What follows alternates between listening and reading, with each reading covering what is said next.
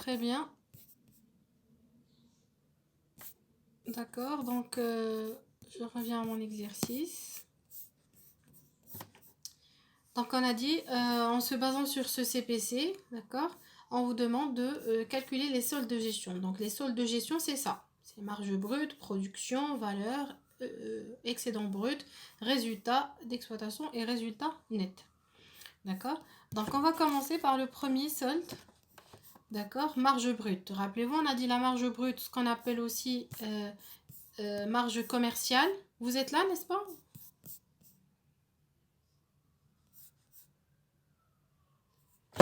Très bien. D'accord, merci. Donc, je disais, marge brute ou marge commerciale, on a dit c'est un indicateur ou c'est un solde de gestion qui est propre aux entreprises commerciales. Donc, on va se poser la question, est-ce que cette entreprise, ou donc, dans le CPC qu'on a sous les yeux, est-ce que cette entreprise est là, elle est commerciale?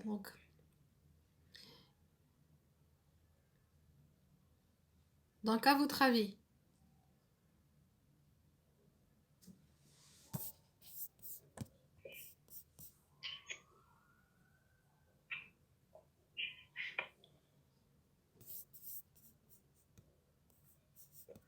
Il est industriel, je crois, madame.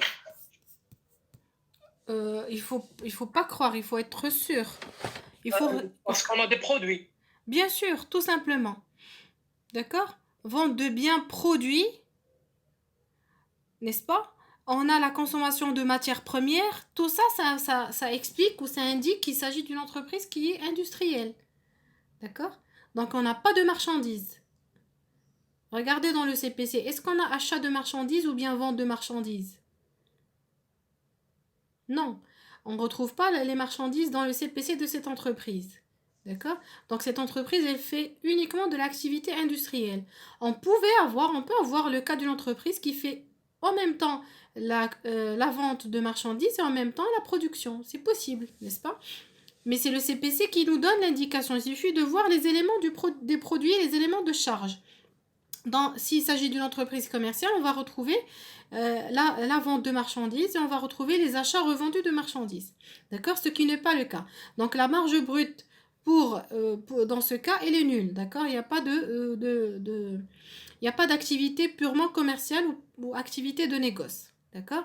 Donc on va passer au deuxième solde de gestion qui est la production de l'exercice.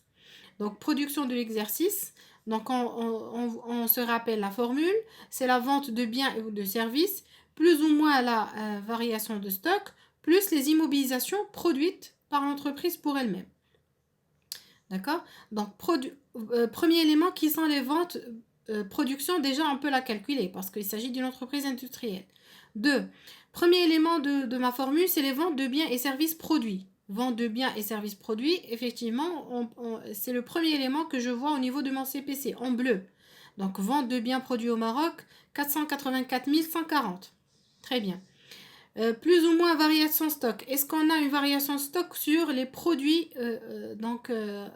produits finis de l'entreprise? Non, on n'a pas d'indication. Et d'ailleurs, même dans l'énoncé, regardez, on vous dit que en fin de période, le stock de matières premières a été totalement consommé et celui de produits finis totalement vendu. Donc, on n'a pas de stock au niveau des produits que vend l'entreprise. Donc, la variation stock, zéro. Des immobilisations produites par l'entreprise pour elle-même. Les immobilisations, je vous ai dit, c'est un produit, d'accord? Je vous montre quand même au niveau du CPC, comme ça vous gardez en tête. euh, euh,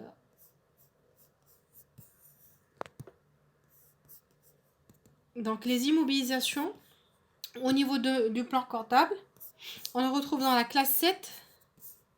Regardez, 714. Immobilisation produite par l'entreprise pour elle-même. D'accord? Il peut s'agir d'immobilisation en valeur, d'immobilisation incorporelle, corporelle. D'accord? Donc, immobilisation produite, c'est un élément de produit d'exploitation. 71. D'exploitation. D'accord? Donc, est-ce qu'on a des immobilisations produites? Non. Dans les produits d'exploitation, on avait un seul élément, c'est les ventes de biens produits. Donc, production de l'exercice, elle est totalement égale à la vente de biens produits, qui est 484 140. D'accord?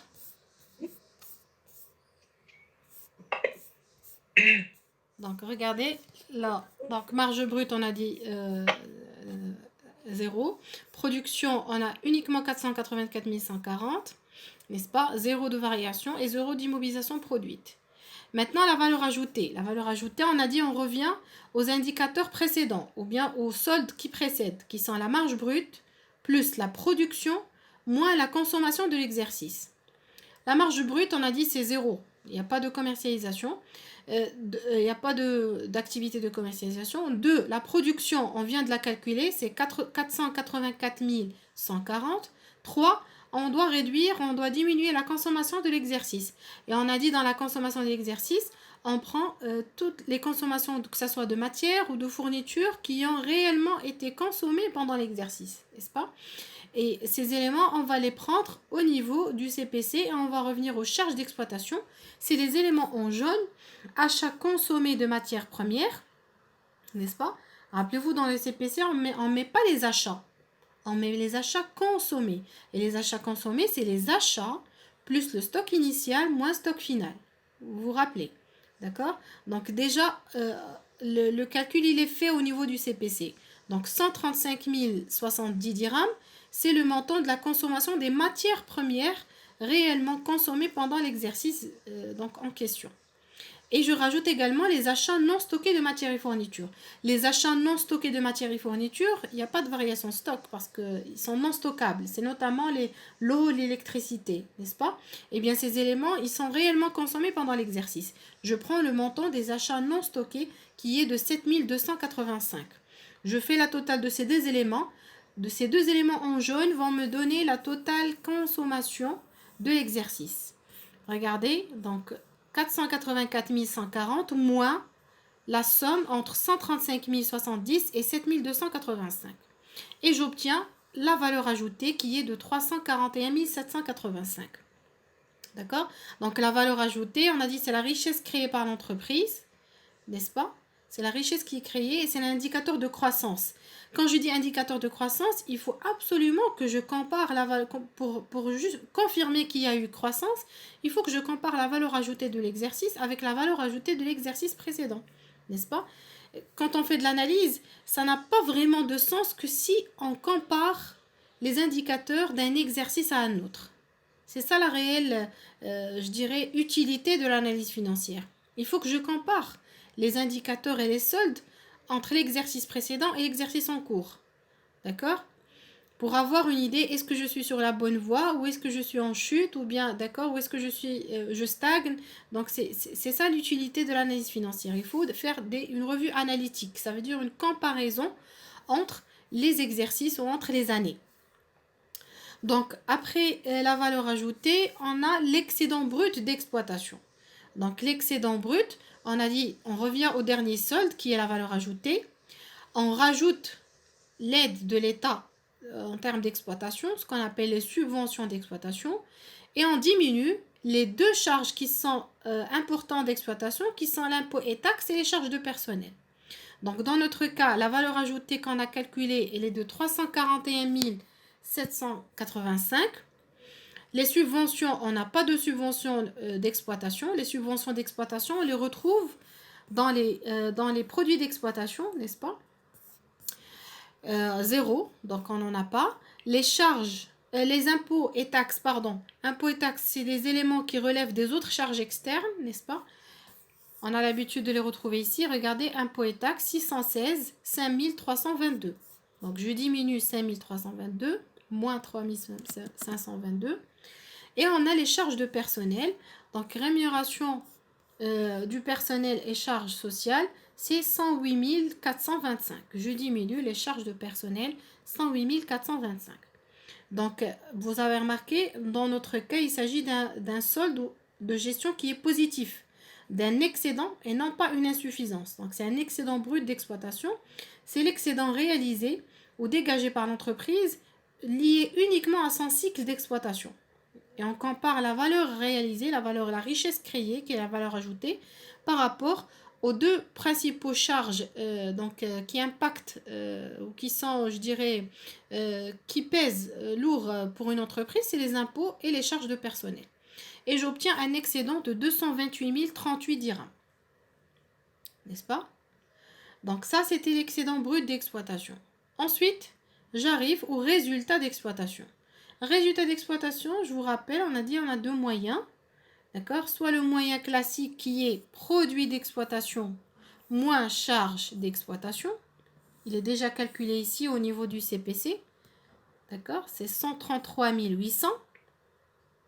Soit je vais utiliser les soldes de gestion. Je démarre par le BE, qui est l'excédent brut. Je rajoute les autres produits. Je diminue les autres charges. Je rajoute les reprises. Je diminue les dotations. Dans notre cas, le BE, on a déjà calculé 228 038. Autre produit d'exploitation, 0. Autre charge d'exploitation,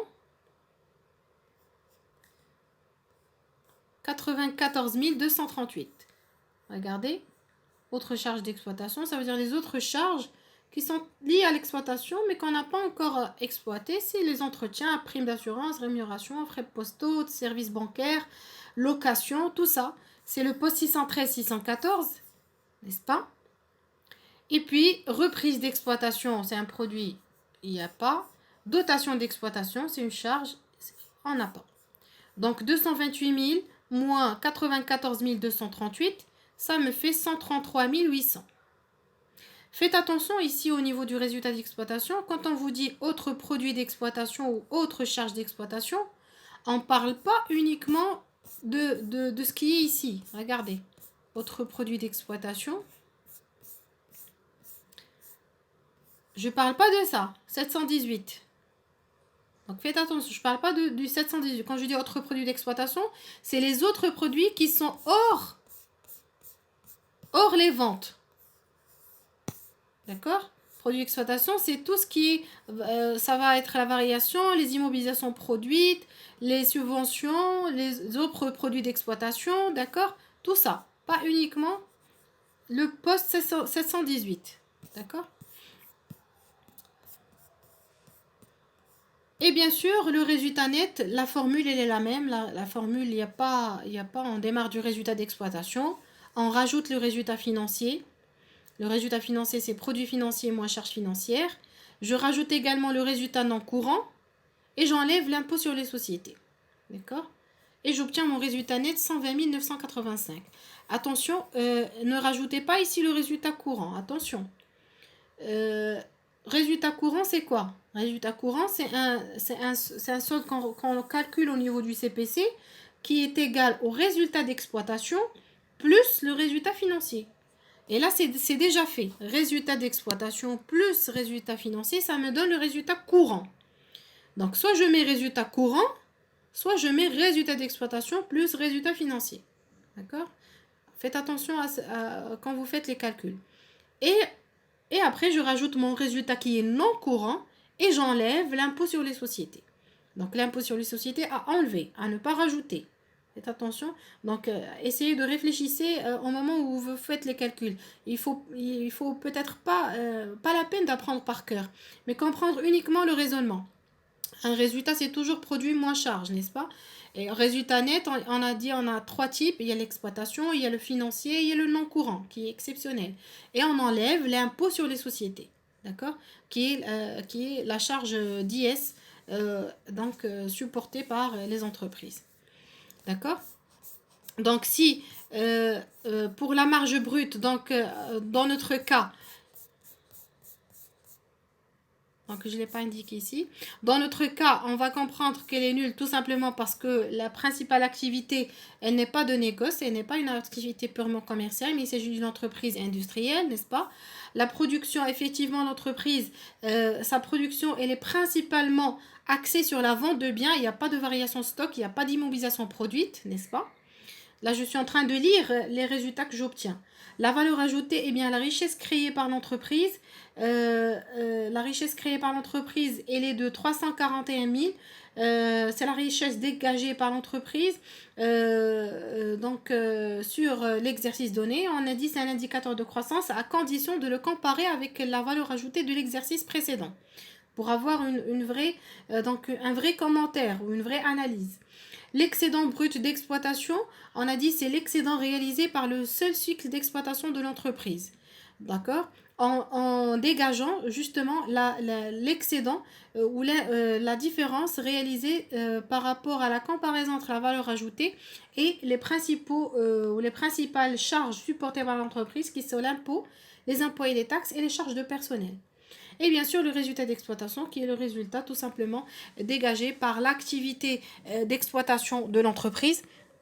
D'accord. Et là aussi, ça n'a réellement aucun sens que si je le compare par rapport au résultat de l'exercice précédent. Si je vous donne par exemple un résultat d'exploitation de 100 000, d'accord, pendant l'exercice N, et je vous dis qu'en N-1, j'avais un résultat de 50 000.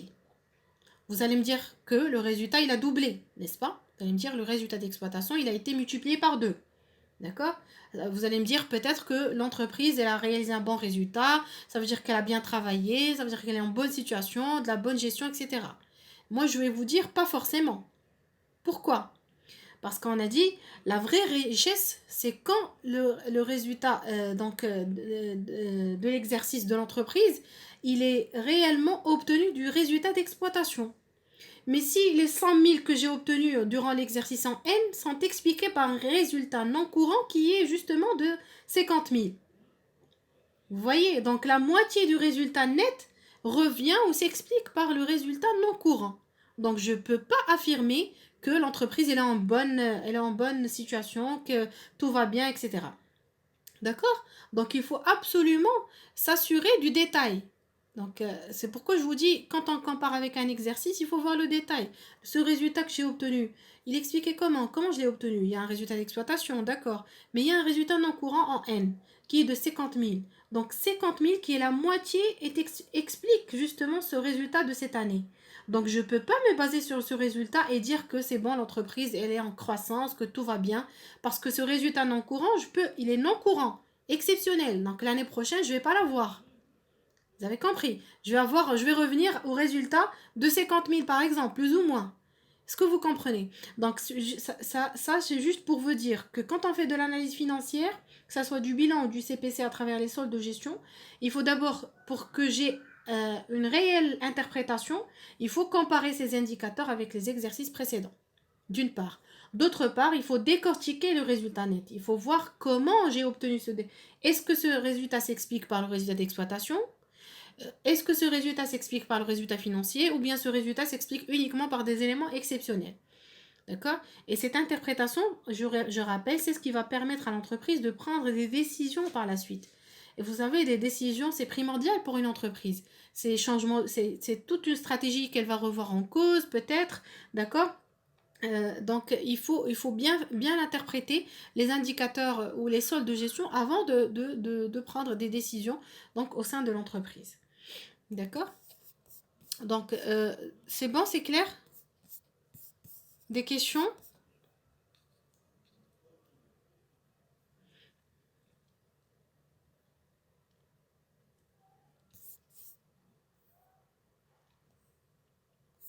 Donc là, c'est bien qu'on ait eu un peu plus de temps aujourd'hui euh, pour, euh, pour justement profiter et poser toutes les questions que vous avez à propos du cours ou à propos d'un exercice ou d'un corrigé donné. D'accord? Je vous avais indiqué ça au niveau du demandeur email. Je vous avais dit préparez vos questions, comme ça on profite là, dès qu'on a du temps. Et justement, c'est le cas aujourd'hui pour poser vos questions. Parce que je veux profiter de lundi, d'accord? On peut faire une petite révision, il n'y a pas de souci. Mais je veux avoir plus de temps, vous laissez plus de temps pour répondre à l'étude de cas. D'accord? L'étude de cas en présentiel, ça se fait en 1 heure et demie. Mais moi, je vais prendre en compte donc, la situation donc, actuelle que nous vivons, les difficultés, les contraintes, etc. Sachant que vous avez la contrainte que vous êtes en activité probablement pour la majorité. Donc, je veux profiter de cette séance pour répondre à toutes vos questions et éventuellement laisser plus de temps pour l'étude de cas pour lundi ou pour l'épreuve de lundi. Donc, je vous Madame, écoute. Oui? madame, j'ai une ambiguïté au niveau du calcul de la variation stock entre la variation du stock de marchandises et produits. D'accord. On a dit que la variation de stock de marchandises, je crois, c'est stock final moins stock initial. Oui, je vous rappelle, je vous ai envoyé, je vous ai envoyé la formule. Ah, je confonds les deux avec Cyril. D'accord, je vais montrer à tout le monde encore la formule et on va expliquer ça. D'accord.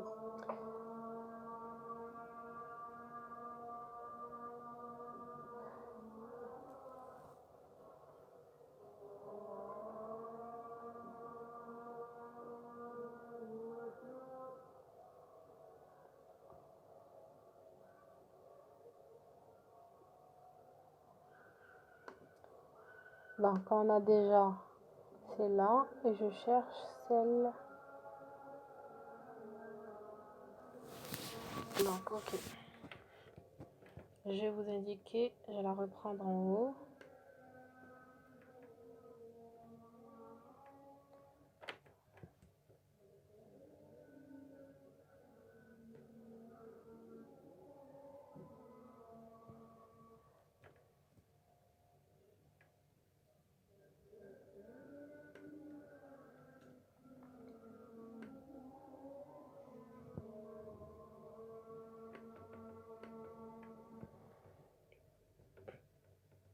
Et on a donc la variation stock de produits finis, c'est stock final moins stock initial. Donc,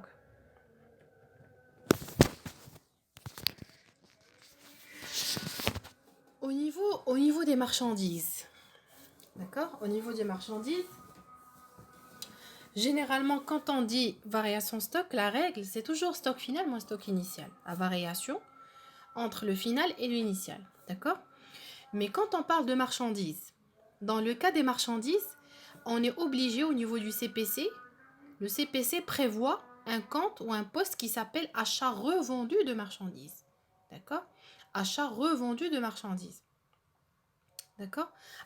On n'a pas dit achat de marchandises, on a dit achat revendu. Et donc, quels sont les achats, la valeur des achats que j'ai réellement vendus, revendus. D'accord? J'ai pas dit donnez-moi le montant des achats qu'on a fait de marchandises. Non, je veux uniquement le montant des achats que j'ai réellement revendus. Parce que j'ai acheté un 100, j'ai revendu 80, il me reste 20. Moi, je veux les 80. D'accord? Donc, dans les achats revendus de marchandises, eh bien, comment on obtient? On prend les achats, n'est-ce pas? Effectivement, que j'ai fait, et je rajoute le stock initial. Parce que quand j'ai des marchandises, j'ai réellement un stock. Je peux avoir un stock initial, ça veut dire un stock de départ qui était le stock final de l'année dernière. Je suis en 2019, je démarre, je suis en janvier 2019.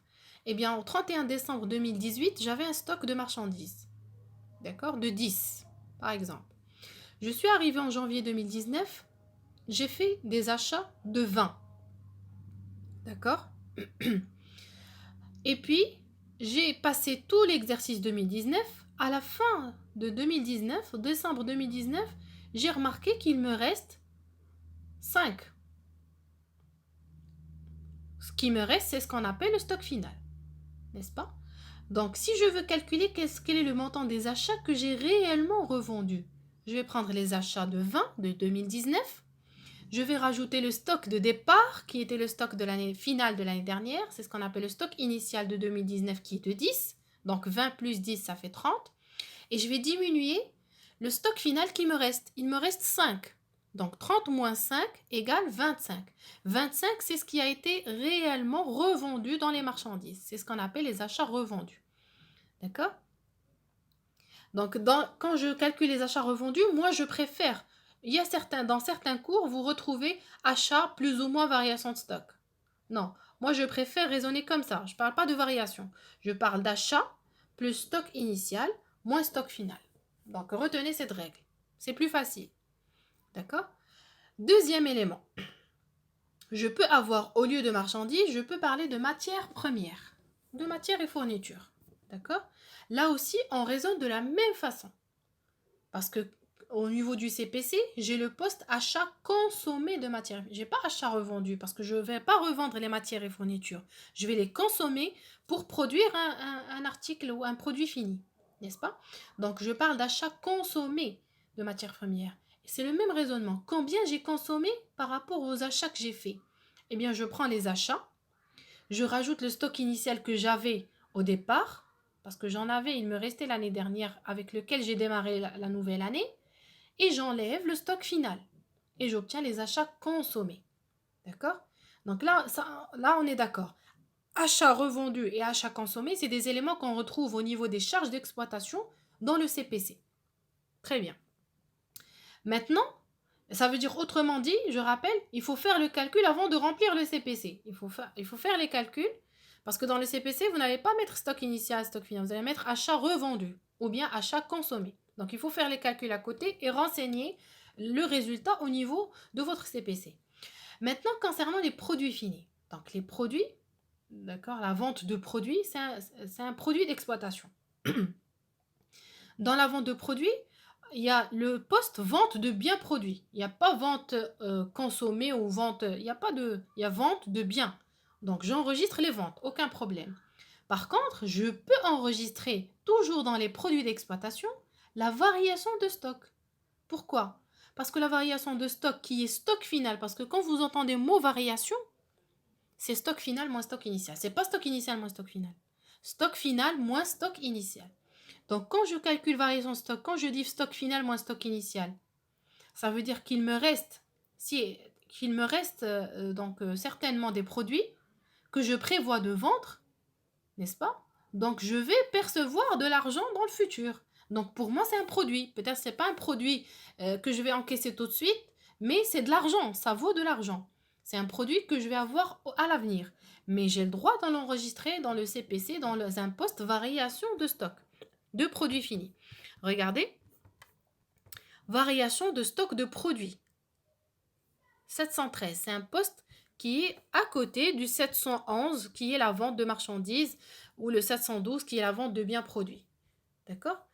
Donc 713, c'est un poste à part. Ça, par contre, je vais le retrouver dans le CPC. Si j'ai des produits finis, je vais retrouver justement la variation de stock au niveau des produits d'exploitation. Juste après le 712, ici, je vais avoir 713, variation de stock, et je vais faire mon calcul, c'est le stock final moins stock initial. Parce que la variation de stock, on estime qu'il s'agit de l'argent, c'est une valeur de produit que je vais probablement vendre par la suite et je vais réaliser des gains. C'est un produit d'exploitation pour l'entreprise. Donc, est-ce que c'est clair, monsieur c'est monsieur Atia qui avait posé la question, je crois. Oui. Très bien. Oui, madame. C'est clair? Oui, c'est clair. C'est clair, merci. Très bien. D'accord. D'autres questions? Donc, si vous ne posez pas vous les questions, c'est moi qui vais poser les questions. À vous de choisir.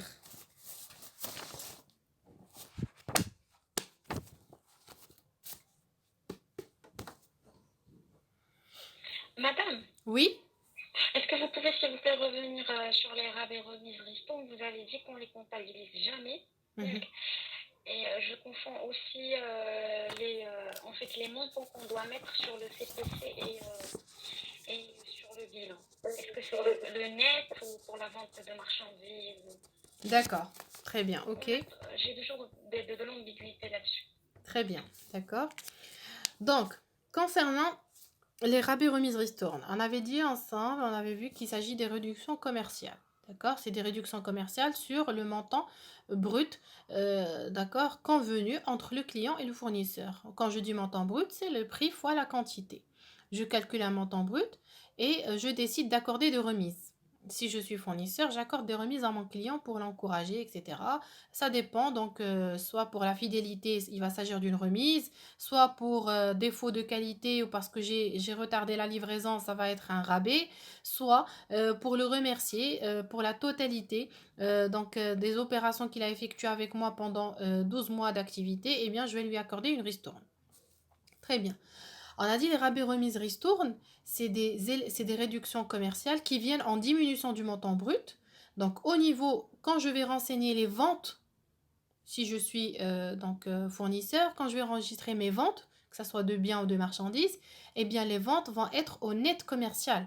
Ça veut dire le montant brut moins toutes les réductions commerciales que j'ai accordées. De l'autre côté, chez le client, eh bien lui, il va enregistrer achat de marchandises, n'est-ce pas? Eh bien, achat de marchandises et il va diminuer toutes les réductions qu'il a obtenues. Et il va inscrire les achats au net commercial. D'accord? Par contre, quand Donc, est-ce ce que, sera le même montant pour les deux. pour les deux, bien sûr, pour le client et le fournisseur, ça va être la même chose. Pour l'un, ça va être un produit, pour l'autre, ça va être une charge. Maintenant, quand est-ce que je vais avoir les rabais remises ristournes au niveau de ma comptabilité? C'est quand je fais des factures avoir. La facture d'avoir, quand j'accorde des réductions commerciales dans une facture avoir, eh bien dans ce cas, je dois absolument comptabiliser les rabais remises ristournes. D'accord? Par contre, dans une facture droit normale, je ne comptabilise pas les rabais remises ristournes. Pourquoi? Je vais vous expliquer tout simplement pourquoi. Parce que dans la facture droit, c'est bon, je sais, je suis en connaissance de cause, je connais le montant des réductions commerciales, je vais diminuer du montant pour avoir le net commercial. Maintenant, quand il va s'agir d'une facture à voir, n'oubliez pas, la facture à voir, elle vient en diminution de la facture initiale. La facture initiale, elle est déjà comptabilisée, je ne peux pas revenir là-dessus. Parce que si j'avais la main pour revenir là-dessus, il suffit de revenir et de prendre ce net commercial, de le corriger et de réduire encore les autres réductions pour avoir un nouveau net commercial. Mais je ne peux pas faire ça. D'accord? Ce que je peux faire tout simplement, c'est régulariser la facture initiale. Pour la régulariser, je dois comptabiliser les rabais remises ristournes. Pour me comprendre, supposez que je fais une facture initiale en décembre avec une réduction quelconque, d'accord? Une seule réduction. Et donc en décembre 2019, j'ai arrêté mes comptes. Ça veut dire j'ai inscrit, j'ai fait le CPC, le bilan, tout ça, j'ai fini.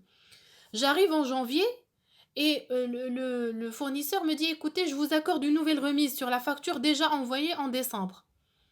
Je ne peux pas revenir en 2019 et refaire mon bilan et mon CPC. Non. C'est bon, c'est déjà fait, c'est passé, c'est enregistré, il n'y a pas moyen de modifier. Qu'est-ce que je fais? Je fais la régularisation. Et la régularisation, parce que puisqu'il m'a accordé une nouvelle remise, donc la valeur de la facture initiale va diminuer, j'ai le droit d'enregistrer dans le nouveau CPC de l'année 2020 la nouvelle valeur des marchandises. Mais comment je vais faire pour avoir la nouvelle valeur? Je vais uniquement enregistrer la nouvelle remise, tout simplement. Je n'ai pas le droit d'inscrire un nouveau net commercial. Parce que si vous mettez vente de marchandises avec un nouveau net commercial, ça signifie que vous avez fait une nouvelle facture doigt. Ce qui n'est pas le cas. La facture doigt initiale a déjà été faite l'année dernière. Cette année, vous n'avez obtenu qu'une seule remise. Donc, j'enregistre uniquement la remise et c'est là où je vais utiliser les comptes rabais, remise, ristourne accordé ou bien rabais comme celui-là, un produit quand je suis le client, ou bien rabais, remise, ristourne obtenu quand je suis chez le client. D'accord? Rabais remise accordé, c'est le fournisseur, pardon. Et rabais remise ristourne obtenu chez le voilà, rabais remise ristourne obtenu chez le fournisseur. Donc, est-ce que vous avez compris? Donc, c'est à ce moment-là, c'est la facture à voir qui m'impose à comptabiliser rabais remise ristourne. Dans la facture doigt, je ne comptabilise pas, tout simplement parce que c'est déjà calculé dans le net commercial. Je n'ai pas moyen de séparer. C'est comme si vous allez mettre dans la facture initiale, vous allez mettre le montant brut. Au lieu de mettre le net commercial dans le CPC, c'est comme si je vous dis, vous mettez le montant brut et vous mettez en bas rabais remise ristourne en moins. D'accord? Donc nous, on ne fait pas ce calcul comme ça, on fait directement le net commercial. Mais si jamais j'ai une facture à voir, c'est à ce moment-là que je vais enregistrer la rabais remise ristourne. D'accord? Donc ça c'était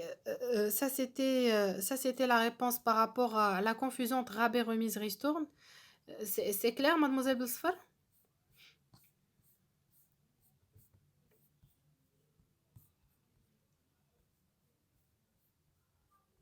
C'est clair?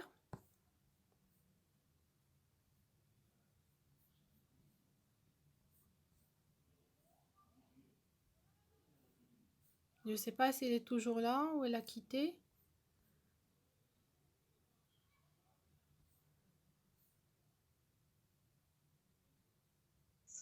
Oui, madame, c'est clair. Très bien. C'est bon, j'ai répondu à toutes vos questions?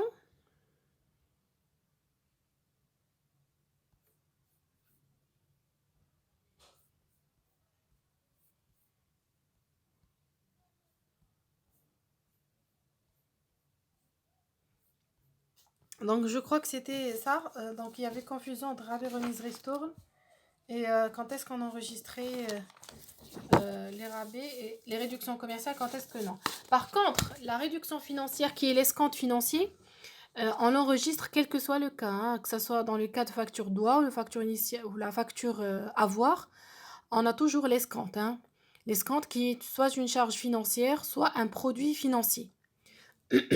Si je suis chez le client, donc c'est un escompte obtenu, c'est un produit. Si je suis chez le fournisseur, c'est un escompte accordé, c'est une charge financière. D'accord? Donc, la différence, c'est ça la différence entre réduction financière et réduction commerciale, c'est que les réductions financières sont toujours comptabilisées dans le cas d'une facture doigt ou dans le cas d'une facture avoir. Par contre, les réductions financières, commerciales, pardon, les réductions commerciales ne sont comptabilisées que dans le cas d'une facture avoir. Mais dans le cas de la facture doigt, ce n'est pas la peine de les comptabiliser.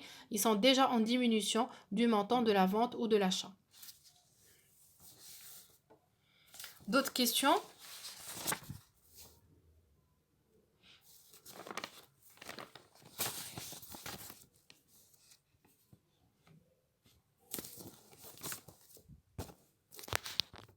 Est-ce qu'il y aurait d'autres questions?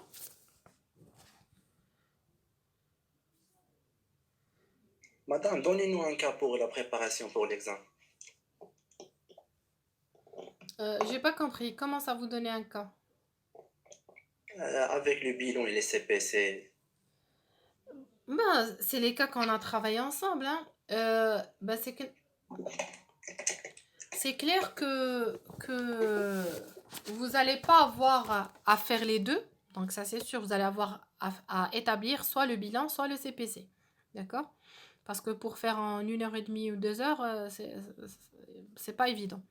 Donc vous aurez soit l'une, soit établir un bilan, soit établir le CPC. D'accord? C'est ce qu'on a vu ensemble. Hein. Bilan, il faut savoir distinguer entre l'actif et passif. Et surtout, distinguer entre les rubriques. Il faut comprendre la différence entre IMO, financement permanent, passif, circulant, etc. Trésorerie actif, trésorerie passif, c'est ça. Et veiller à l'équilibre. Je vous ai donné pas mal d'astuces pour pouvoir faire la vérification de vos éléments de réponse. Et puis, toujours lié au bilan, vous pouvez avoir le calcul des indicateurs d'équilibre financier qui sont le fonds de roulement besoin, donc ça c'est facile à interpréter. Comme vous pouvez avoir un CPC avec des éléments de produits et de charges, il faut savoir distinguer. Contrairement au bilan, dans le CPC, il n'y a pas moyen de vérifier. Hein. La seule chose que je peux vous recommander, c'est faites attention déjà à renseigner tous les éléments. Ça veut dire, si j'ai 15 éléments produits et charges, je dois m'assurer que j'ai utilisé les 15 éléments au niveau de mon tableau CPC. Ça, c'est d'une part. D'autre part, le CPC, j'ai pas d'équilibre. Hein. C'est des calculs qui se font, il n'y a pas moyen de vérifier. Ok? La seule chose qui peut peut-être vous aider, c'est peut-être prendre tous les produits, moins tous les charges, vous devez avoir le résultat. Bien sûr, en enlevant l'IS. L'IS, c'est aussi une charge. Hein. On la met à part parce que c'est ni une charge financière, ni une charge d'exploitation, ni une charge d'encourant. C'est pourquoi on a l'impôt sur les résultats qui est à part. Mais c'est une charge. Donc, si vous faites le total des produits moins le total des charges, vous devez arriver au résultat que vous avez obtenu au niveau de votre CPC qui est plus détaillé. Parce que dans le CPC, vous allez distinguer les produits d'exploitation d'une part, les charges d'exploitation d'autre part. Vous allez calculer un solde intermédiaire qui est le résultat d'exploitation. Ensuite, vous allez passer aux produits financiers, moins les charges financières. Vous allez obtenir un deuxième solde intermédiaire qui est les résultats financiers. Et le résultat d'exploitation plus le résultat financier, vous obtenez le résultat qu'on appelle courant, le résultat courant. Et puis, vous passez aux éléments exceptionnels qui sont les produits non courant, moins les charges non courantes, et puis la différence, vous obtenez un résultat non courant. Et faites attention, je vous ai dit, il faut toujours se concentrer, parce que moi, je remarque que les étudiants, ils ont l'habitude d'apprendre par cœur pour ne pas faire d'efforts, pour ne pas faire travailler leur matière grise, et ça, c'est pénalisant. Donc, si vous jamais vous oubliez la formule, c'est bon, vous avez tout raté. Non, il faut comprendre. Je sais que résultat, c'est produit moins charge. D'accord? Et il faut que je m'assure à ce que je fasse les bons calculs. Deuxième ou troisième recommandation, faites attention quand vous copiez les montants. C'est incroyable comment je retrouve des zéros un peu partout. 15 000, c'est pas 150 000. 200 000, c'est pas 2 millions. D'accord? Donc faites attention. Et ça change. Vous mettez 2 millions, vous allez avoir un résultat, rien à voir avec un résultat en calculant 200 000. D'accord? Donc ça, c'est dommage. Parfois, il y a je vois des points comme ça qui s'envolent pour rien, d'accord? Et c'est dommage. Donc, il faut faire attention quand vous recopiez vos montants, d'accord? Vous prenez votre temps. Maintenant, vous avez l'avantage. L'avantage, c'est que vous allez être tranquille chez vous, bien installé, d'accord? Vous avez votre machine à calculer à côté. Vous avez votre ordinateur, vous pouvez même utiliser Excel si vous voulez. Vous avez des conditions plus ou moins favorables, hein, en matière de calcul, etc. Vous pouvez très bien vous concentrer pour faire correctement vos calculs. D'accord? Et bien sûr, autre avantage, vous aurez à disposition, vous pouvez très bien consulter votre plan comptable, n'est-ce pas? Donc, ça, c'est chose en plus. Vous pouvez même revenir sur vos éléments de cours, d'accord? Sans oublier la contrainte temps, n'oubliez pas. Donc, il faut me remettre le travail dans les délais. Donc, tout ça, c'est en votre faveur, d'accord? Donc, il faut profiter de l'occasion pour maximiser justement vos notes, tout simplement. D'accord? Je rappelle pour ceux qui participaient, parce qu'à chaque fois, vous rappelez, je posais des questions à tout le monde, hein. Il y a ceux qui répondaient, ceux qui ne répondaient pas. Bien sûr, ceux qui répondent, ils auront une note en plus de la présence et de l'épreuve finale. D'accord? À raison de 70% d'épreuve finale, 30% entre la présence et la participation.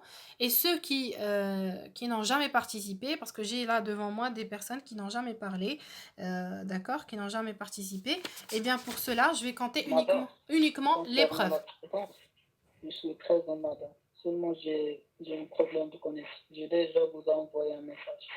D'accord, monsieur Zneri, ok, ok. Donc, Madame, j'ai une question. oui. Pour ceux qui n'ont pas de PC, comment ils vont faire pour vous envoyer Oui, les j'avais dates expliqué, Excel? oui. J'avais expliqué, j'ai dit, il y a moyen, vous allez prendre une feuille A4 propre, n'est-ce pas? Oui, Et vous allez mettre vos éléments de réponse comme si vous rependez sur la copie d'examen. D'accord? Ça va être pareil. d'accord. Une fois que vous aurez fini, vous essayez de prendre une photo avec votre téléphone, une photo la plus claire possible de toutes les Oui, pages ou de toutes les feuilles A4 que vous avez remplies. D'accord? Et vous d'accord, au moins merci. voyez vos images par mail. Pour ceux qui préfèrent travailler en format Word, ça me pose aucun problème, hein, ils peuvent m'envoyer un Word. Mais sinon, une image claire et nette et sans rature, s'il vous plaît. Je ne veux pas recevoir des brouillons. Hein, c'est inacceptable. C'est une copie, c'est une épreuve. Hein. Il faut que ça soit. Si vous voulez faire du brouillon, vous prenez une feuille à côté, vous mettez votre brouillon. Mais moi, je dois recevoir une feuille propre et claire, sans rature. Ça marche, merci beaucoup. Je vous en prie. Donc, oui, Madame, pour l'examen, on a aussi l'analyse financière de bilan et le CPC. bien sûr, oui, bien sûr. Bien sûr, l'analyse financière et Ok. l'analyse financière du bilan du CPC, oui, ce qu'on a vu ensemble.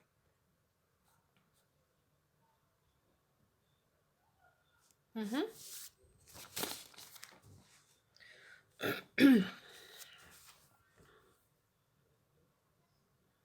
D'autres questions?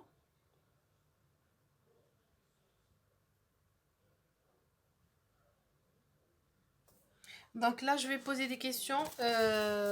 J'ai privilégié les personnes qui n'ont jamais parlé, donc je leur donne une dernière chance. Hein. Euh, Raouf Bouchra. Raouf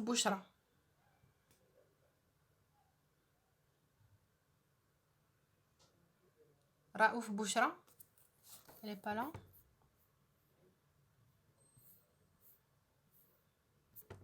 Donc elle est pas là. Boukanounou Sheima.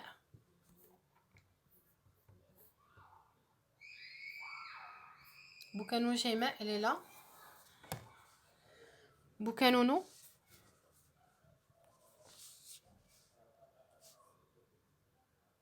Oui. Vous avez un problème de micro?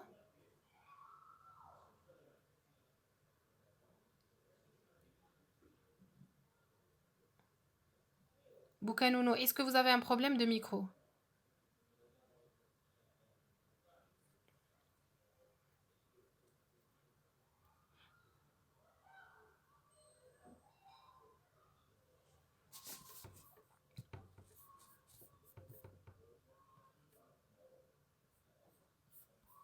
Boukanounou. Donc, si vous avez un problème de micro, vous répondez à ma question sur le chat, d'accord? Vous m'écrivez la réponse. Ma question est la suivante, hein, et c'est une question pour les autres aussi, hein, vous y réfléchissez. Si je vous donne une opération, vous allez me dire quels sont les éléments, ou bien cette opération, est-ce qu'elle va avoir un impact sur le bilan, ou bien elle va avoir un impact sur le CPC. Et au niveau de quel élément exactement on va avoir cet impact. Si je vous dis acquisition d'une voiture, d'accord, acquisition d'une voiture destinée à la livraison pour 80 000, cette acquisition a été réglée 50% par chèque et 50% à crédit. Donc, pouvez-vous me traduire cette opération en termes d'impact, soit sur le bilan, soit sur le CPC, ou bien les deux? Je reprends. Acquisition d'une voiture de livraison pour 80 000. Acquisition réglée moitié par chèque, moitié à crédit. Donc, ma question s'adresse à Boukanounou Sheima. Donc, écrivez-moi, s'il vous plaît, votre réponse sur le chat.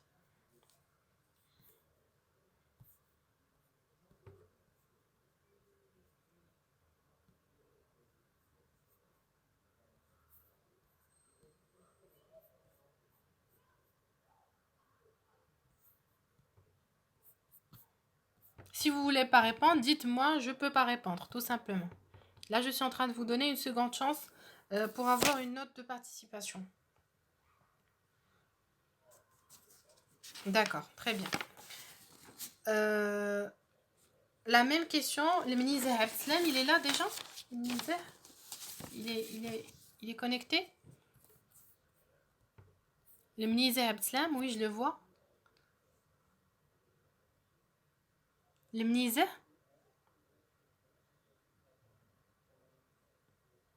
Le ministre Abslam. Est-ce que vous pouvez répondre?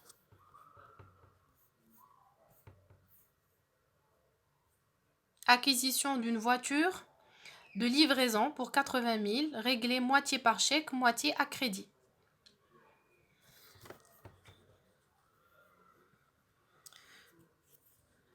Moutawakil Youssef.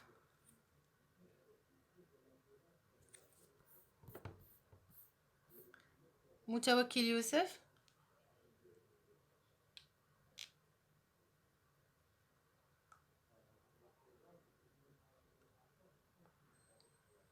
Ben, tant pis pour vous, hein. Qu'est-ce que je peux vous dire? Nid Boubkar Yassine. Nid Boubkar.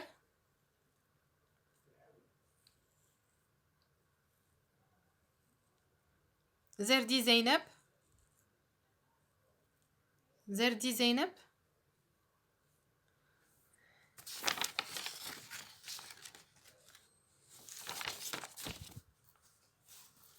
Aït Khadir Zakaria.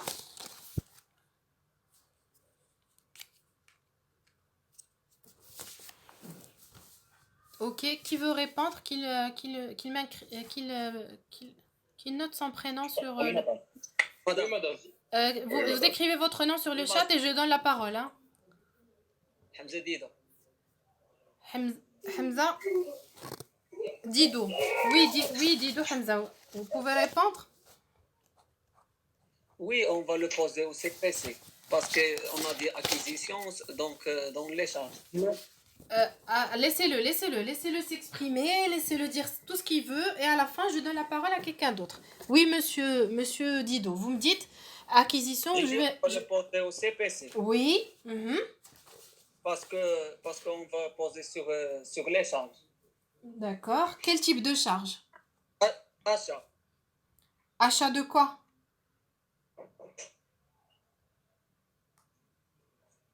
Achat de quoi? Dans les charges, j'ai achat de marchandises, j'ai achat j'ai achat de matières premières, j'ai achat de matières et fournitures. De quel achat vous parlez? Achat consommé. Consommer de quoi?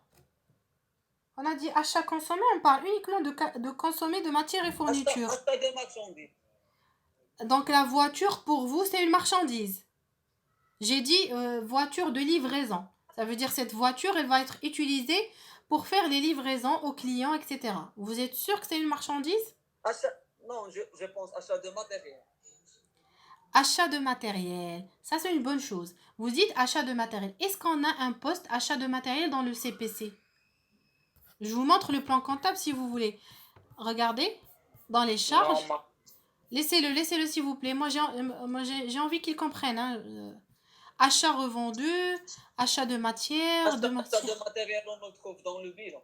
Très bien, voilà. Dans le classe 2. Exact. C'est les immobilisations. Donc là, vous êtes sur la bonne voie. Très bien. Donc vous vous êtes corrigé vous-même. Effectivement, la voiture, c'est une immobilisation. J'ai dit voiture de livraison. Quand est-ce que je vais la mettre dans le CPC? Quand est-ce que je vais mettre cette voiture, quand on dit acquisition d'une voiture, quand est-ce que je vais la mettre dans le CPC? Qui peut me répondre sur le chat, s'il vous plaît? Vous indiquez le nom, je vous donne la parole.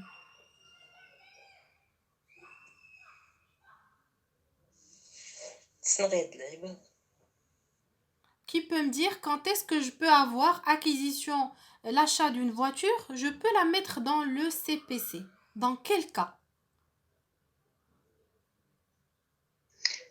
Madame, si Oui. elle ne faisait pas partie du patrimoine, Oui, par exemple, dites-moi, donnez-moi un exemple concret. c'est-à-dire pour l'acheter et la revendre, par exemple. Oui, si on exact. était une société. Bien sûr, c'est très bien, oui. Oui, effectivement, mademoiselle Ousfa. C'est si jamais j'avais une entreprise qui fait justement l'achat et la revente de voitures, tout simplement. Les concessions de voitures, les maisons qui vendent les voitures, Mercedes, Peugeot, Renault, etc. Ça, c'est des entreprises qui font l'achat et la revente, par exemple, de voitures. Donc, les voitures, pour ces entreprises, c'est des marchandises. Mais moi, qu'est-ce que je vous ai dit dans l'exemple? Je vous ai dit voiture de livraison. Ça signifie que je vais l'utiliser pour livrer mes produits, mes marchandises, etc. Donc, c'est pas une marchandise. La voiture, elle est utilisée, inscrite dans le patrimoine, c'est des immobilisations, matériel de transport, utilisées pour effectuer les livraisons donc à mes clients. Donc, n'est-ce pas? Donc, on a fait ce cas ensemble, on a traité, je vous ai proposé deux cas de figure dans ce sens pour ne pas distinguer. Des fois, je peux avoir une immobilisation dans les CPC, mais à condition que l'activité de l'entreprise soit justement l'achat et la revente de cette immobilisation. D'accord? Mais dans le cas contraire, une immobilisation, je vais la retrouver dans l'actif immobilisé uniquement dans le bilan, je ne vais pas la retrouver dans le CPC. Très bien. Donc, le monsieur Dido donc il s'est corrigé. On a dit que effectivement on va retrouver la voiture dans les immobilisations, dans le bilan, d'accord. Qu'est-ce que je peux avoir comme impact? Parce qu'on a dit euh, il s'agit d'acquisition d'une voiture pour 80 000, réglé 50% par chèque et 50% à crédit. Est-ce que je vais avoir un impact sur d'autres éléments, que ça soit du patrimoine ou bien du CPC?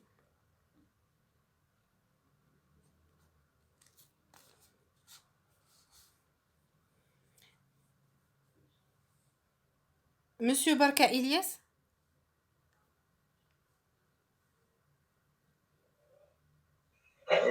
Oui, dites-moi s'il vous plaît. On a parlé d'acquisition d'une voiture pour 80 000 et on vous dit que 50% a été réglé par chèque et 50% à crédit.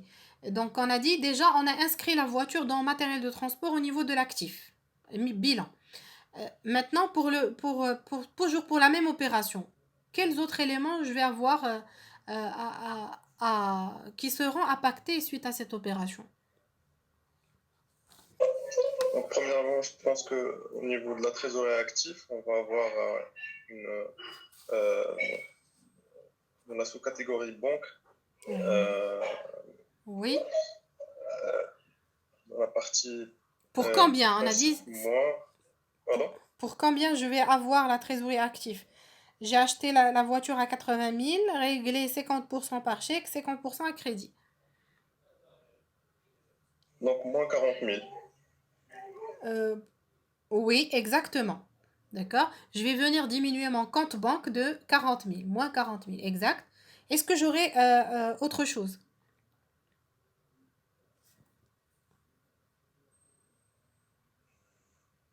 Donc 50% réglé par chèque et 50% à crédit. Au niveau de cette opération, il fallait que je précise quelque chose. Laquelle? La TVA. Non. Madame, Les voitures de service et de livraison sont 50%, exonérées de TVA. les 50% fournisseurs d'immobilisation. Euh, oui, oui, c'est très bien, c'est une bonne réponse. Mais ma question, qu'est-ce que j'ai oublié de vous préciser? Vous avez dit fournisseur d'immobilisation, n'est-ce pas? Mais nous, on a vu deux comptes. On a vu fournisseur d'immobilisation, on a vu dette sur acquisition d'immobilisation. مدام ما précisitيش واش à long terme ولا à court terme. Oui, à long terme, financement permanent ou Exact, immobilisation. c'est ça. Donc il fallait préciser les 50% qui sont à crédit, est-ce que c'est à crédit sur quelques mois ou bien c'est à crédit sur le long terme? Et c'est cette information qui va m'indiquer est-ce que je vais mettre l'acquisition fournisseur, le crédit, pardon, la dette, est-ce qu'elle est long terme? Ça veut dire fournisseur d'immobilisation dans le financement permanent, ou bien je vais avoir une dette à court terme, c'est passif circulant, dette sur acquisition d'immobilisation. D'accord? Qui sont autres créanciers. Très bien. Donc, c'était OK. Ataya et Belsfar.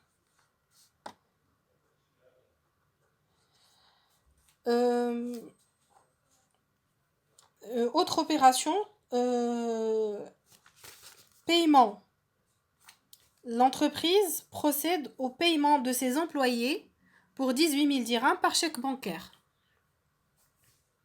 L'entreprise procède au paiement de ses employés pour 18 000 dirhams par chèque bancaire. Donc, quel serait l'impact de cette opération? Vous pouvez répéter, madame? J'ai pas bien entendu. Paiement. L'entreprise a procédé au paiement des employés, de ses employés, 18 000 dirhams par chèque bancaire. L'entreprise, elle a payé son personnel pour 18 000 dirhams par chèque bancaire. Je veux autre que Ataya et Mademoiselle Belsfar. Madame, c'est une charge. C'est qui parle? Monsieur Monsieur Etmel Marchani, oui, dites-moi. Oui? C'est une charge, rémunération du personnel. Exact, c'est très bien. Oui, effectivement, rémunération du Dans personnel. le CPC. Oui, très bien, exact. Oui. À contrepartie, j'ai réglé Madame, s'il vous plaît, répétez. Règlement des paiement des employés pour 18 000 dirhams par chèque bancaire.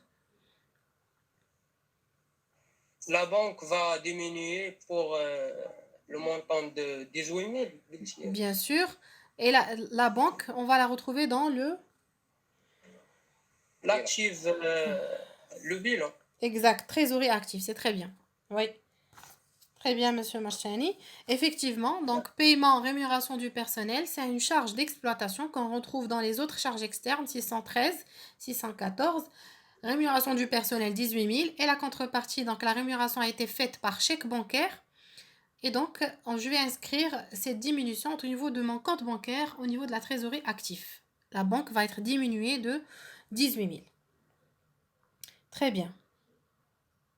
Maintenant, je vous dis, l'entreprise a reçu un loyer d'un garage dont elle est propriétaire pour 5 000 dirhams par chèque bancaire.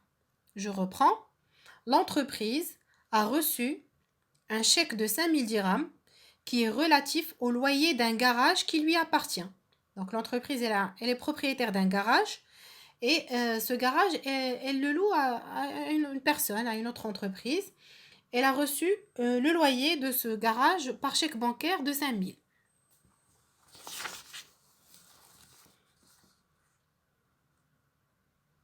Aït Khadia Zakaria. Madame, c'est la vente de produits accessoires. C'est qui intervient? Aït Khadia Zakaria. Ah oui, monsieur. Oui, vous dites? Les produits accessoires, non? Non, c'est...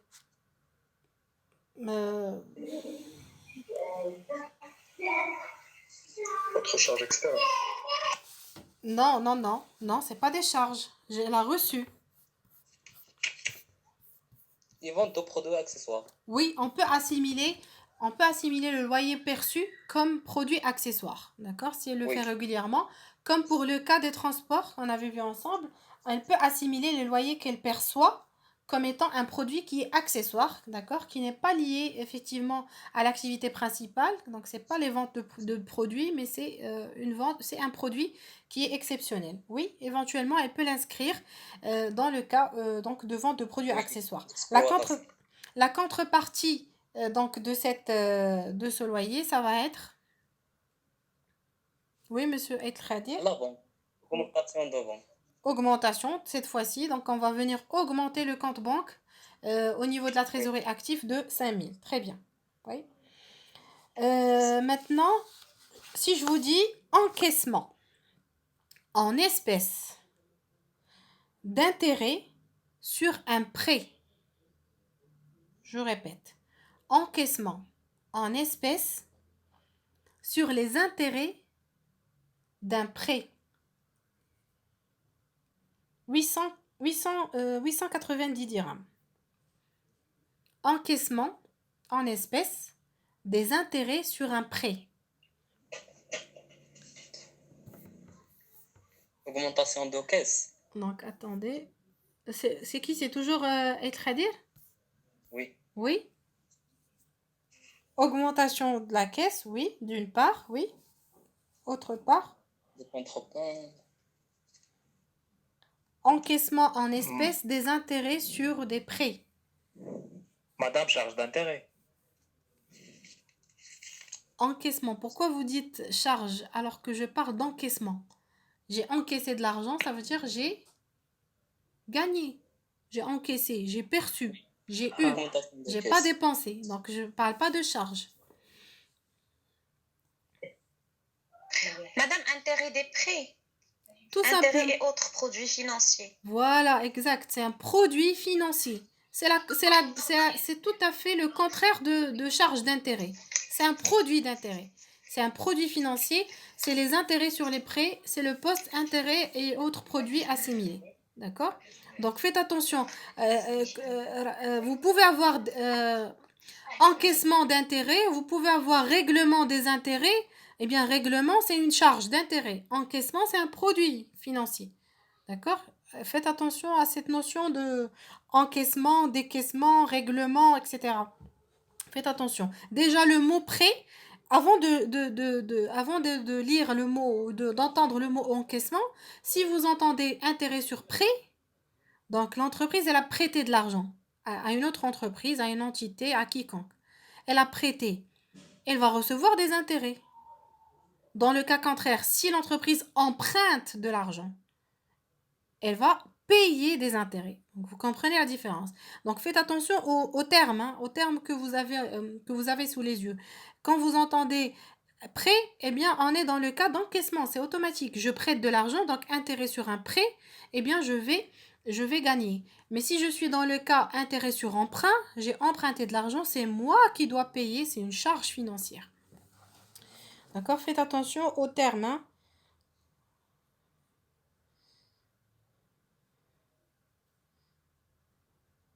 D'accord? Autre question. Achat d'une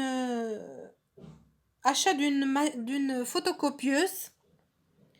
Achat d'une photocopieuse en espèces pour 4000 dirhams. Achat d'une photocopieuse en espèces pour 4000 dirhams. Madame, C'est ma réponse. Madame, Monsieur El-Khadi, vous avez déjà répondu. Vous avez largement 2 points. On laisse la chance à d'autres. madame, Benjgro, oui. C'est la immobilisation corporelle. Oui, plus exactement, c'est quoi? Exactement, très bien, oui. Contrepartie. C'est quoi Achat d'une photocopieuse en espèces pour 4000 dirhams. en espèces? C'est la banque. Attention. Pourquoi la banque? Espèces, j'ai pas dit chèque bancaire, j'ai pas dit virement. La caisse, oui. Voilà, la caisse va diminuer de 4000 dirhams. D'accord? Oui. Quand vous entendez le mot espèce égale caisse. D'ailleurs, ça rime. Espèce, caisse, c'est la même chose. Très bien, monsieur Benjgro, c'est bien. Benjgro est dit. Ok.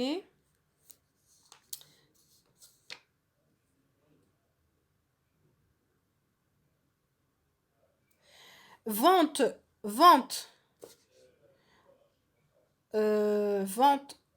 en espèces, vente par chèque bancaire, vente par chèque, 13 000 dirhams de marchandises. Vente par chèque, 13 000 dirhams de marchandises. Et vente à crédit, 15 000 dirhams de marchandises. Je répète. Vente par chèque, 13 000 dirhams de marchandises. Vente à crédit, 15 000 dirhams de marchandises. Donc là, c'est deux opérations. Monsieur Mellah? Oui, madame. Oui. Vente de marchandises, produits d'exploitation, classe 7. Exact, très bien, oui. Côté CPC. Et le mouvement côté bilan, pour 13 000, oui, 13 000 on l'a vendu, par chèque. Vente par chèque de 13 000 de marchandises. Par chèque. Si c'est par chèque, banque, elle va augmenter par 13 000 dirhams. Très bien, oui. Côté vente de marchandises, 15 000 dirhams. Même classe pour CPC. Ouais. Et pour les 15 000 dirhams, ça va être un crédit pour notre client. Oui, exact. Donc, où est-ce que je vais la mettre? Dans l'actif circulant. Très bien. Car c'est un crédit. C'est une créance. À court terme. Voilà, on parle de créance. Exactement. Créance client pour 15 000. C'est très bien, monsieur Miller, c'est parfait. Merci. D'accord. Maintenant, si je vous dis, l'entreprise, elle a reçu. Je ne sais pas qui. S'il vous plaît, il y a quelqu'un qui doit désactiver son micro. Je crois. Est-ce que j'entends du bruit derrière? Voilà, c'est bon. Donc, si je vous dis, l'entreprise, elle a reçu de la part d'un client un chèque de 30 000 dirhams représentant le montant de sa créance. Je répète. L'entreprise a reçu d'un client un chèque de 30 000 dirhams représentant le montant de sa créance. Je répète pour la 3e fois. L'entreprise a reçu un chèque de 30 000 dirhams d'un client et ce chèque représente le montant de la créance du client.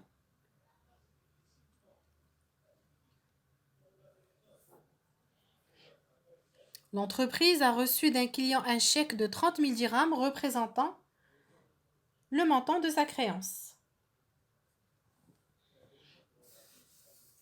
Madame, l'actif circulant, Oui, monsieur Marchani, pardon? le compte client dans l'actif circulant Oui, qu'est-ce qui se passe au niveau du compte client, l'actif circulant? augmente de 30 000 dirhams. Quand est-ce que le compte créance client, le compte client au niveau de l'actif augmente? Quand j'ai une créance envers le client, quand le client doit me payer. Mais là, il me paye là. Là, il est en train, là, il est en train de me payer le client. On a dit la créance client, le compte client au niveau du bilan, au niveau de l'actif circulant, c'est un compte qui est débiteur. Ça veut dire qu'on va, chaque fois que j'ai une créance, je vais la rajouter. Mais là, qu'est-ce qui s'est passé pour la créance? Elle a augmenté ou elle a diminué? Elle a diminué. Elle a diminué. Bien sûr, l'entreprise, elle a reçu d'un client le chèque qui correspond à sa créance. Donc, le créance, elle va disparaître du bilan. Bien sûr, je parle de la créance de ce client en particulier, n'est-ce pas? Donc, parce que dans la créance client, j'ai la totalité des créances envers la totalité de mes clients. Je vais venir à la créance du client X et je vais l'annuler. Je vais diminuer le compte client, n'est-ce pas?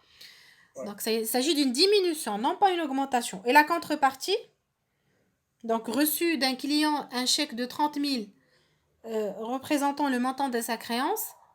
Compte banque. Exactement, le compte banque va augmenter de 30 000 dirhams. 30 000. Exact, très bien.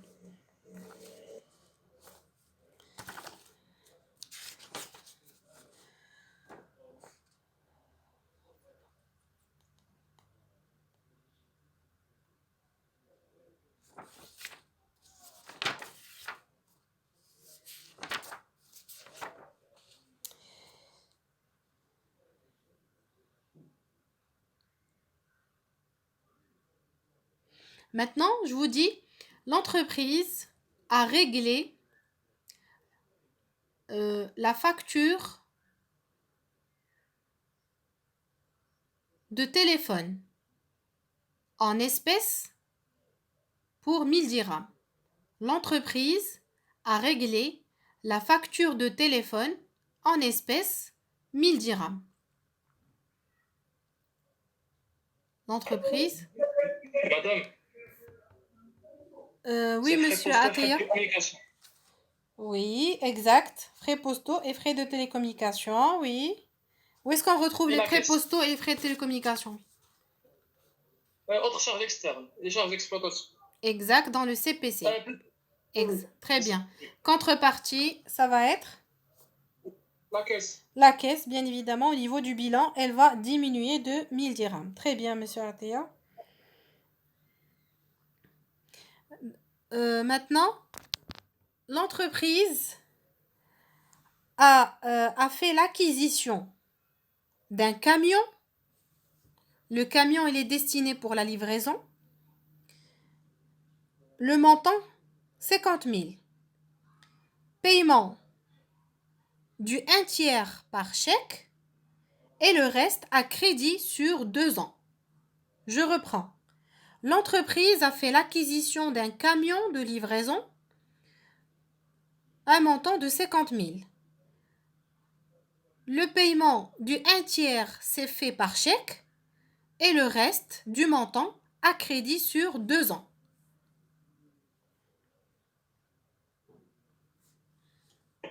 Madame, s'il vous plaît, répétez l'opération. D'accord, je reprends. L'entreprise a fait l'acquisition d'un camion de livraison pour 50 000. Elle a réglé le 1/3 du montant par chèque et le reste à crédit sur 2 ans, 2 années.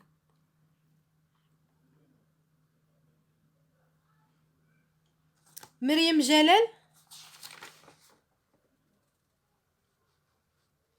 Haïdouri Youssef. Haid Ayoub, vous pouvez répondre? Naoum Iman.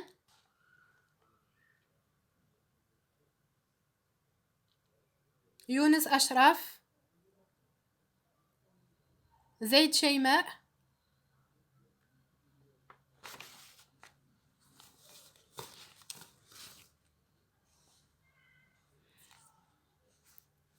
Est-ce que quelqu'un peut répondre? Madame, c'est le même cas que tout à l'heure, en fait. Il est similaire. Oui, À l'achat de la mais voiture. oui, quel est... Donc, Oui, dites-moi. donc au niveau du bilan, trésorerie actif, on va avoir pour la banque le 1/3 du montant qu'on vous avait mentionné. Oui, en diminution ou en augmentation? En diminution, bien sûr. Oui, bien sûr, oui. Et on passe pour l'achat à crédit, on va partir sur dette de financement au niveau du passif. Non. Oui, allez-y. Fournisseur d'immobilisation. Exact, très bien. Parce que c'est sur le long terme, oui. Exact. Donc, on va diminuer le reste de la somme. Oui, et il vous manque un dernier élément, le plus important, l'acquisition du camion. Oui, l'achat. Ah, donc au niveau du CPC, ça? Attention, non, il s'agit d'un camion de livraison. Madame, immobilisation corporelle, c'est le matériel de transport. Oui. Oui, c'est ça. C'est qui intervient? J'ai Benjigro, oui. Effectivement. Oui, c'est très bien. Ateya, pas Ateya, Benjigro et Barka, c'est ça? Oui. Effectivement, donc c'est similaire à l'opération de tout à l'heure, mais là on a bien précisé que l'acquisition, le reste qui est à crédit sur 2 années, donc on est dans le cas d'une immobilisation. Pourquoi immobilisation? Parce qu'il s'agit d'un camion de livraison. Deuxième, le tiers, il est payé par chèque, donc on va utiliser le compte banque, on va diminuer la banque du tiers de la somme, et le reste à crédit, justement, effectivement, on va le mettre c'est une dette de long terme, on va la retrouver dans le financement permanent, plus précisément autre dette de financement, plus particulièrement le compte fournisseur d'immobilisation. Voilà. Donc c'est très bien.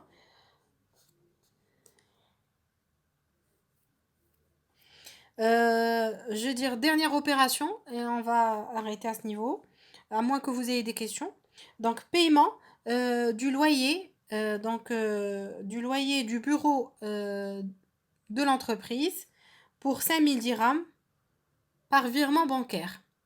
Paiement du loyer du bureau de l'entreprise ou du siège de l'entreprise pour 5000 dirhams par virement bancaire.